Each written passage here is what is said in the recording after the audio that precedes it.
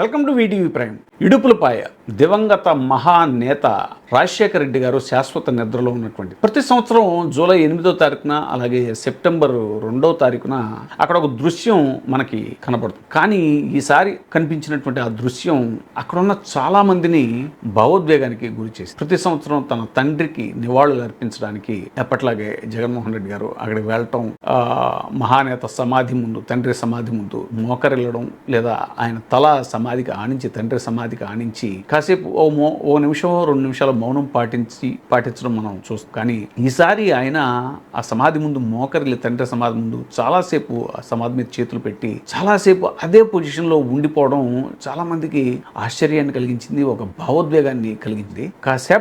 చాలాసేపటి తర్వాత ఆయన మళ్ళీ మామూలు స్థితికి వచ్చినప్పుడు ఎప్పుడూ లేనిది ఆయన కళ్ళల్లో ఒక నీటి పొర చూశాము అని చెప్పేసి అక్కడ ఉన్నటువంటి ప్రత్యక్ష సాక్షి ఒకరు మనకి చెప్పడం జరిగింది. ఆయన ఆ సమాధి ముందు మోకరిల్లి అలాగా ఆ ధ్యానముద్రలో ఉన్నంతసేపు కూడా అక్కడ ఒక చర్చ జరిగింది వాళ్ళకి అనేటువంటిది కూడా మనకి ఆయన ద్వారా తెలుసు. అదేంటంటే, ఏంటి నాన్న ఈ కష్టాలన్నింటినీ కూడా నాకు వదిలేసి నన్ను ఒంటరిని చేసేసి నువ్వు వెళ్ళిపోయావా అని ఈయన తండ్రితో చెప్పుకొని ఉండొచ్చేమో. అంటే కొందరు అది కాదు, ఆయన చూడు నాన్న, పేదల కష్టాలన్నీ కూడా నీ కష్టాలుగా భావించి నువ్వు మన పథకాలన్నీ కూడా, మన సంక్షేమ పాలనని ముందుకు తీసుకెళ్ళాలి, ఆ సంక్షేమ మార్గాన్ని నువ్వు ఎన్ని అవరోధాలు వచ్చినా వదిలిపెట్టకూడదు అని ఆయన తన కొడుక్కి సందేశం ఇచ్చుంటాడు అనేటువంటిది కొంతమంది మాట్లాడుకున్నట్టు ఇలా ఒక ఆసక్తికరమైనటువంటి చర్చ జరిగింది అనేటువంటిది మనకి తెలిసిన విచారం. ఇక ఆ మహానేత గురించి ఈ సందర్భంగా స్మరించుకుంటే, తెలుగునాట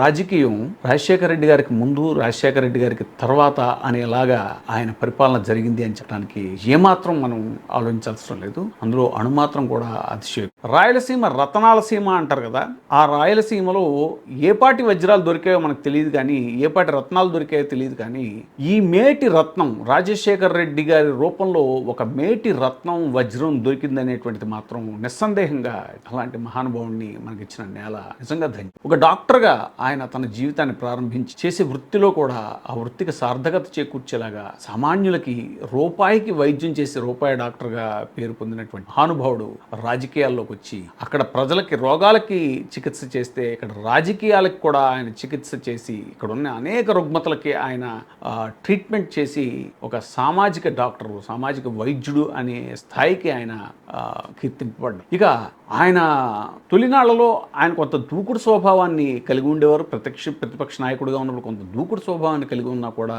తర్వాత కాలంలో ఆయన క్షమాగుణానికి నిలువెత్తు నిదర్శనంగా మారిపోయారు. ఎంతటి క్షమాగుణం అంటే, తన తండ్రిని చంపిన వారిని తనకి చంపే అవకాశం ఉన్న ఆ స్థాయిలో, ఆ హోదాలో ఉన్న అధికారంలో ఉన్నా కూడా లేదు, రాయలసీమ ఇక మీదట కక్షలకి కార్పణ్యాలకి తావు ఇవ్వకూడదు, ఒక కొత్త శకానికి మనం నాంది పలకాలి అని ఆయన ఆ ఫ్యాక్షన్ రాజకీయాలకు స్వస్తి పలకడంలో ఒక ముందడుగు వేశారు. ఆ తర్వాత దాని యొక్క ప్రభావం రాయలసీమ మీద చాలా స్పష్టంగా కనిపిస్తుంది. ఇక ఆయన ముఖ్యమంత్రిగా బాధ్యతలు చేపట్టిన తర్వాత తీసుకున్నటువంటి నిర్ణయాలు ఎంతోమంది రాజకీయ నాయకులకి అవి మార్గనిర్దేశనం చేశాయి. ఇక సంక్షేమ పథకాలు అయితే వాటిని ఎన్నో రాష్ట్రాలు వాటిని అనుసరించాయి. జనరల్గా రాజకీయ నాయకుడిని ఇంగ్లీష్లో పొలిటీషియన్ అంటారు, కానీ చాలా పరిణతి చెందిన రాజకీయ నాయకుడిని, అలాగే కేవలం సామాజిక ప్రయోజనం మాత్రమే ఆశించి రాజకీయాన్ని చేసేవాడిని,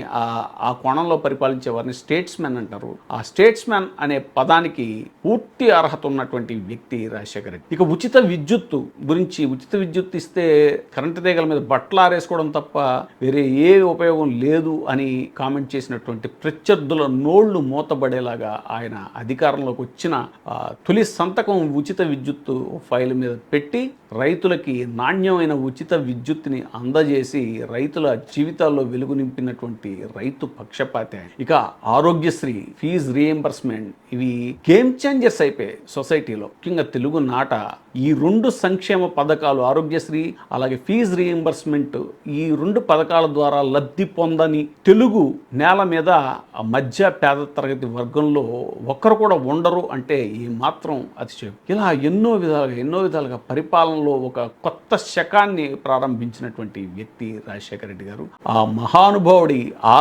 పాలన మళ్ళీ ఎప్పుడు వస్తుందా ఆ స్థాయిలో అని ఉభయ తెలుగు రాష్ట్రాల్లో కూడా కళ్ళలో ఒత్తిళ్లు వేసుకుని ఎదురు చూస్తున్నటువంటి ప్రజలు ఎంతో మంది ఉన్నారు అని ఉద్దండులైన రాజకీయ పండితులు అలాగే రాజశేఖర రెడ్డి గారి ప్రత్యర్థులు కూడా ఒప్పుకునేటువంటి సత్యం. ఈ సందర్భంగా ఆ మహానుభావుడి ఆ మహానేత దివంగత డాక్టర్ వైఎస్ రాజశేఖర రెడ్డి గారి జయంతి సందర్భంగా ఘనమైన నివాళులు అర్పిస్తోంది వీటీవీ ప్రైమ్. Thank you. ఇప్పుడే సబ్స్క్రైబ్ చేయండి, లైక్ చేయండి, షేర్ చేయండి. వీటీవీ ప్రైమ్, మీ ఉత్తమాభిరుచుల సమ్మేళనం.